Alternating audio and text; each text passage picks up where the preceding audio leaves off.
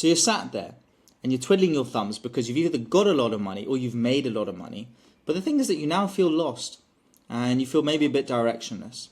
Well, what I'm going to do in this video is I'm going to break down exactly what I'd do if I was in that position. I've helped a lot of people through it because I've got lots of friends, lots of entrepreneurs that are 7, 8, 9 figures in net worth who just go through that phase of feeling lost. They go through that phase of feeling directionless and they just don't know what to do. I'm going to start with asking you this question. Firstly, have you actually thought about your life in quadrants with a deeper purpose?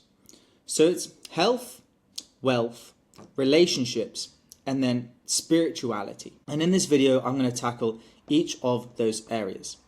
The thing is that your wealth is kind of ticked off. So we'll just leave wealth aside. The good thing is that if you have money, it makes fixing the other areas much easier and much quicker if you know what to do. And I'm going to tell you what to do.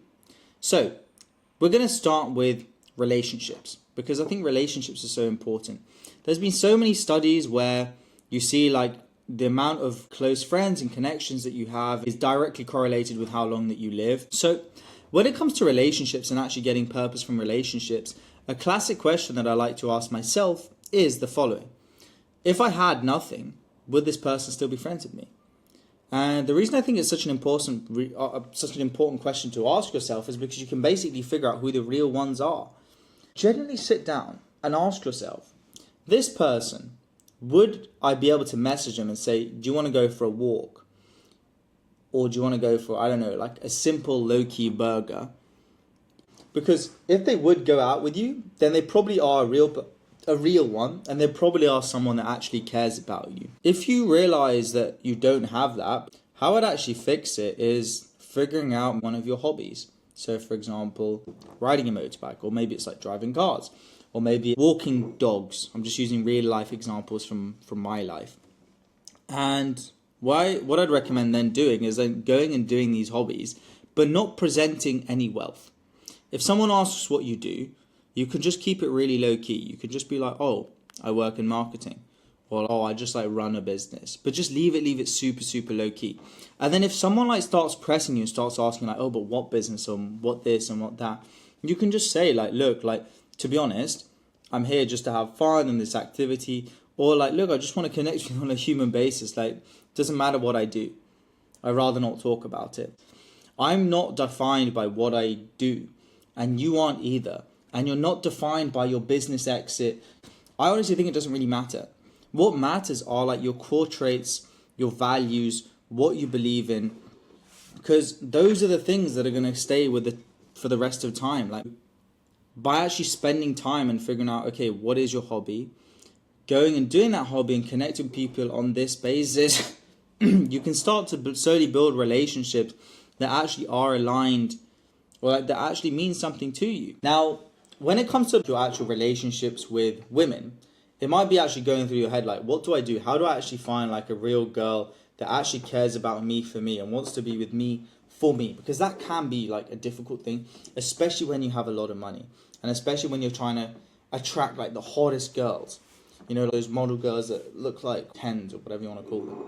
Well, what you can actually do is you can basically just like start to date girls how you would normally date. So maybe you're going out, spending money in bottles in the club and whatever, and just meet these girls in however you normally meet them. I'm not going to go over that in this video. But then what you can do is if you start to actually date them, like 1 month or 2 months in, is for a period of just for a period of a month, you can basically just say like, look, babe, I'm actually going through like a rough patch financially right now. Can't really explain it, like leave it vague. And then just for the next month, don't spend much money on that girl. Just actually do activities that don't require a lot of money at all, that are more low key, and ask her to pay at times as well. Now you might say like, oh, that's like a bitch thing. Like I watch Andrew Tate and Andrew Tate would never tell me to do that. Firstly, Andrew Tate has literally said that he's made his girlfriends buy him coffees and stuff like that. Secondly, if that girl actually cares about you, for you, she won't care about buying a coffee here and there and going on chill dates. You can literally go for a walk in a park and have a really nice time. And if you want to spend 60 years with a person or 30 or however long the rest of your life, it's going to be very important that you actually choose wisely. and you choose someone that isn't just with you for these superficial things, because those superficial things can go, which is why I recommend doing this kind of fake pull away, because it can just work really well at actually figuring out, okay, who are the real ones and what girl is actually a good girl that wants to stay with me for me. That's people ticked off. The next thing I'm going to cover is health. You would have felt this yourself, like when you go through periods of actually eating better, you end up feeling cleaner, feeling better, and feeling more energetic and more alive.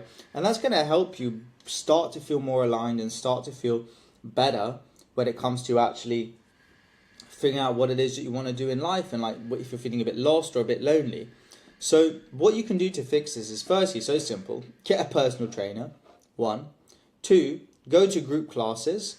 So the reason I say group class is because it can be a fun way, you have like a sense of community. And 3, investing in either a meal delivery service that's really healthy, or just getting a home chef.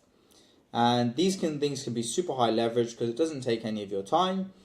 And this, combined with just 10,000 steps a day, fresh air every day, will make you feel so much better, and it'll help you start to feel aligned in your purpose. That's physical health. With your mental health, what I'd recommend doing, which is why I recommended the group classes, is firstly start spending more time with people, because we are social beings. Secondly, start to meditate and you can journal and ask some of the following questions. What do I genuinely enjoy doing? What are values that I really care about in people? If I could go anywhere tomorrow, where would I go? And when you have the answer to that, if you have money, just go. The reason I say that is because you can actually make yourself adventurous. Just do it. Start to do these things and actually craft time out of your day to actually look yourself in the mirror and spend some time reflecting and figuring this stuff out, because it's not rocket science. Every person since the dawn of humanity has probably been through some period of just kind of like existentialism, and some period like, oh, what am I doing? So it's very, very normal, and it's a very common thing that everyone kind of goes through. The final area is spirituality, fulfillment. Now, I'm not here to preach to you to be really religious, because I'm not religious myself, though I have some religious values. What I instead would actually recommend, though, is genuinely meditation, some type of spiritual practice. You can do like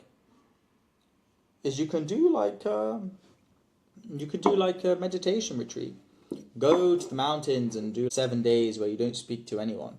But basically, just spend time to find things that actually bring you into the present moment, because I truly believe that those things that are like bring you closer to God are the moments when you're in more of a state of oneness. You're in a state of not questioning the world. You're in a state of peace and acceptance. So you can do this whilst you journal. Just ask yourself, what are activities and what are things that I can do to bring me towards that?